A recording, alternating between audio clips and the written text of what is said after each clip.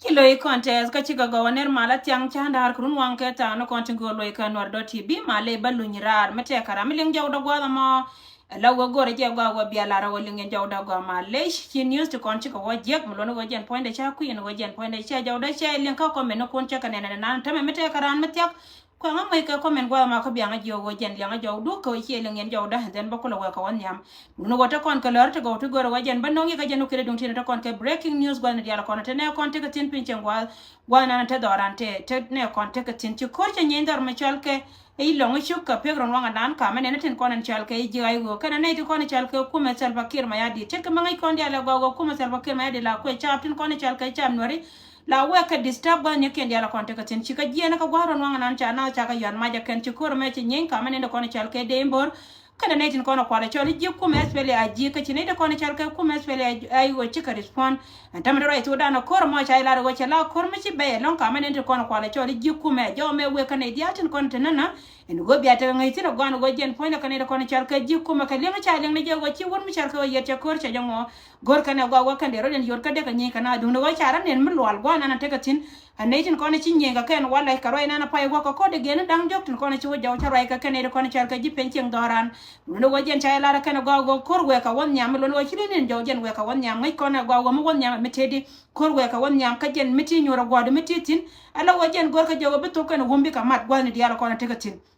charo e mecha jela den go jen point chine tin kona chal ka ji kuma aji ken pan ken chane to cha ka ma kan ka chi kuma espele ayo kana ne kona kwala chole yuche de mbor chika respond kan tama ka kor ka ka jaw ma wo ka kon diar ka bana te ka ngai tin go jen point jala rona re doran ka lungu shuk la wo jen ka gwa dum tide wo ka beno ngode still kor ja tin man ma cher kan tama kan rona ka chong kon ro ina na lat ka kan ne kon ka gwa dum tin na chi wo jaw mo lo wo mo go lunjira ka gwa me be na baka lunjaw ka baka ye nyoko mo luye ne ye mena na we nu go we kan dial kon te jeno gon dial kon te ka tin go me le bien jen point de kan te le me le ka ne dia cha ne janga wala go chan jana ro do daga cha la ne te dia cha kon chol ga jiko cham go amana ne kon chol ga jisse ka dana kon chol ja afrika te la kwar afrika tin kon chol ka african union jen chang me che ka chang me kan dole dia te kon ne cha lat ne ko kor gwa da ne chi wo jon go jen de ka te ka last meeting tiang ka wor ka wa kan ka mat ko cha ne janga go chi bol mel che jen ka che wore do ar me chol ka uganda ka ro ina ne cha wala da kan kan uganda se la go jen wa la ro de ka ka ku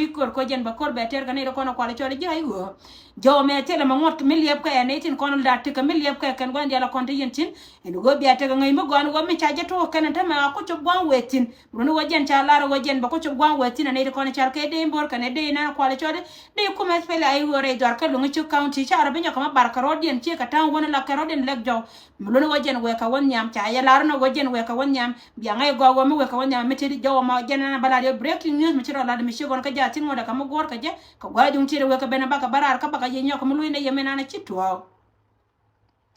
Wur mi chalke bol mer shawa da cha kamne ko ni chalke jini na security re we ka South Sudan ni panen go cha largo an ran mi chalke ran spele ayu mi tere we ka South Sudan ba je yen kan ne tin dia la ko ni chalke ji spele ayu ti dia la tere amana ne dia la contact te tara ne te cha kon yen amana ne dia te contact tere budi gen cha nyoko re pan ya yen ta ma ka jen che jen karwa da cha largo ti an ka warnin ka kama war ka ne ko ni chalke ji ko ma spele ayu an ran mi tara kan ne te dia te kon yen ka ta mare we ka juba South Sudan ko jen lar ka je gon wo kan ne dialeti kan pankien mataka gwa malaka ne mobilization kan ko kan ba kor budgeter anta metro ay to dana ne diala kon to gwa mo gore je biya te linkere we ko jiba South Sudan wo miti gwa miti ngai je jira na spela ayo chuje di wuci te tin ana ramala ran ay wo gor ka je wo ba je ka bala ka sijin ka ci o da me je ben ka bol mel kan wur mi chal ka kol ma nyang juk en go jen bayel kan ay ko ne chal ka ji dwar anta metro ay to dana na mo je ne chala da kan ni pan ka cha budi gine dana ngai ko ne cha kon lo jen cha nyo ka mo je ka sijin pel kan je cha je bere banang ne tin kon to gwa mo te kan ni ga jui kan ni kon ta ka sijin banang na kare duel wal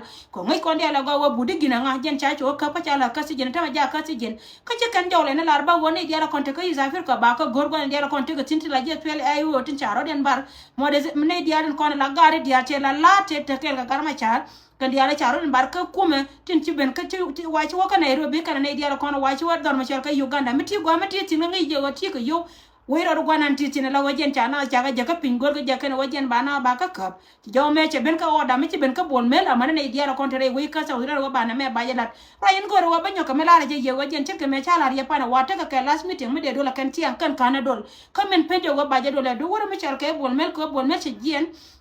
cha wara we me chal ke Uganda kamen je ka bon mel gwa ma jen wari ala rode ka ka kuikur ko jen ba kor be jeter yene tin kono chal ke nuora ka tola na la to jen melat ka gwa ma chap ka ne dial kono chale ke ne tin ditte kono pot ka wijen te chane lingan wo jen point de ka ne tin dial tin kono chal ke juwi e cha jala ro ne ne te ka ne di jaro den mar ku ke la ka je ke ne ba wurndi ba jelon mulun wo ka ne to podo jen ko ba ku la ri bon mel mel no che ka wona ko jen ngai kon dia la gon wo bon mel point ram kel me cha ko nyala wo jen a jera mana la ran point kwar ka ne tin kono chal ke juwi ci jo me che benen tame la go kan pan ken kan ti ti tele me cha nyoka me cha do la kan tian kan last meeting de la tian de roi me de ko lo mat gwa kelen wo de bon me de tem roi de gon me cha ka tel bakir ma ya de tela ramate niam da ku ina me chen ke la re jen tame ne re duele me te tin en wo che de ma cha che lo cha ramde to de ga mun no ne me tere de te ka chap kan de ko ne cha ke ji ku me spele aji an wo jen kwa la gor kan do ma ba la de wo jen ba kal pon gor me cha ke bon me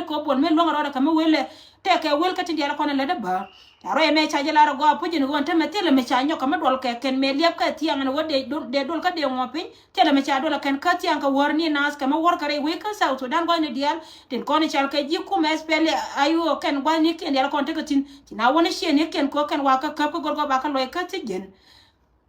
situation wor men di na gar ma cha tam rai to dan jen che go ka jen wor dial ko te dora man wor dial ko te go te na nan gore je biya te ka ngai tin en go jen situation gon di che go are we ka tana nan te ka je men gor ka wor mi chal ka bol men che gor go de ma cha de lo nyrar gore je pu jen go ka ne ko ne chal ka ji we mon bi ying le ba ying le ni ja ka no che te me che da ka wor mi chal ka wor mi chal ka ri ma cha ala go ken pan ken ka let ka mi che ka wona dung do go jen te ma balar yen te me go jen cha mo pintin ka je roi mi che ko ka le na ne che le ne ja ka ne ko na rai go mo cha jala ro wojen dor garama char chi ta mi chi ka ta wone te tini won ko ni wala mai ga jake de ni la ni tin amana dor tar par dor entar pa ba la mai ga jake de ni ka ku ko kan dal ka bol mel antam ro ito da na tiang wa security chi tin tiang wa jen chi ta mi chi ka ta won mun no wacha joyen wojen che de to te ka mi cha de le la kan de ko no kwala choli ji kume mi de wo ni ja gwana na te tin ka dong de goro de we bat cha kan kan lat ro ye me goro je wojen point ka wukiri to da we ka benate ka tiali ne ka tina baye loy me la to de yo ka tiang dum do baye la go situation che go ka wundi pol point ne pu la ken gen situation da che go wana te tina tame to right to da ne ne ko ni chal ke ji ko ma pele ay go gore je be action bi akan bianang serious amani je ne ko ni chal ke no warti te ka gad me chal ke ri ma cha gore je bi won kun bi te go ma che ka go ma la situation da che go antam me che berar ka che jo situation che go mun no wajen che go pu je me che ka wona lar ne ye to da ke liu roye me tame te ka me gurne na ko go dum ti de we ka bena yo ka ta me che ka ta ngwan baro ni ka luiran mo we pen pe ka mo we kan ba lunja urun ka yete ka me gurne ye tina roye me che ka wona bangur ka me ba ja lar ye gore je go bi ate ka link ti ne tina wi mon ke le won wo situation gwandit che go are we ka juban tam roye to dana me la to jen che go ka go jen gor ka je wajen de royen yor kan ti diati le ke wur me chal ka bol mer ti ka men che le wo cha ko Uganda min we ga je ka Uganda wa cha jo Uganda so wo me gore je bana korban je water ba yo ka dial ba ga clear ka jen che jen tara ka ti diali che ga kan ti lat ka ti tame gore je gwa yene tin kono kwale chole ji wi gwa ma yen dial biya te ka ngai no wajen poinde tele me la to ka tin dial kono lat ka rodian gwa ma ka ke te ka tila lat ka ne ke ken ko ba wona ba kula ko da jen ron na jero embe ka ngara mi cheke wona en go biya te ka lintin en go gorna je mat ka jen poinde palati no kon pe lakini yene kono chal ke yin warde te ka gat gore je biya won kon biya ka le bona te yentin pinchi nga mano gwa ni kun dial kon te yentin wajen tele me ngot ka me li biene tin dial kon li bene kan cha ka da chet ke me chala ri ko ma nyang ju tele mo ngot jor en go kon ma nyang ke la re jojen go jen poinde wur michal ke ma char cha bulon beta ka ti jen kan wur michal ke bol mel tele mo ngot kameli biene roye me jen na be ka ngara ka jen go ro balarie en go jen poinde min te ka longu chu gwa ma ka medien kan ide kon chal ka ji longu chu kan ne ide kon chal ka ji na ter we je wajen bi ka roye ka tung nora wa me wena kan bi ka roye ka tung nora dum no wajen poinde wena ka won kon ka gemna ka biet kana fal yene dial kono la palen go jen ci gojo ci go kuy ko bati dial ba kan loye ko nyal na me jena goro go balar yen go jen ka kana no ngara walla ka cenga jana da wude badab en go konetin kono la yene lingwa me la lon ko be la ti bi ga ci aka ne kon ko kan bene kon be ka teke liam ma yen dial baro da gara ngode stile la wote ka me aliya bana ka ta ngwan belu irar mu waji wonyo ka me jeje ka mo kan yo ci wa barara ko wor ka ya ka afrika ba barar ba ngode stile ka me aliya bana me la rona dai we ka juba south land bat ngoda la wojen kana ni je kana kono la non ka jasne kan chela nongo kon lari ken ka gora dien aka gor ka je gwan wajen pana bakula ben ka titi kan kono bano yo chanje na ruda badaka payam bang payam badak pa sorry payam badak sorry ka payam badak pa ni ako mara te ker ka yandi be je no loy ke lari mo no lari nyam no kon chika wo go titi ten chika ben rong rong tama ko ken loy ka ne ke wala nga ka yene dial pis ka yedial ko mala te kele yedial pode ka yedial ganga ne dial kontre kor ka lungu ko mala te kele ka ko we nori aga nori ka ganga ka ko kaba ate kele ka kene dial ko ni cha bo cha ga jeken amana gunu kor ko to wan kor ye jute kele ke wanare pala ko ne dial ko ni cha ka mana gantin ko te ka ga tin ko te wan kor bu ko mala te kele ga kon ko lungu pis ka yedial ko mala dial po balun ke ye ka ta ando got we ga benta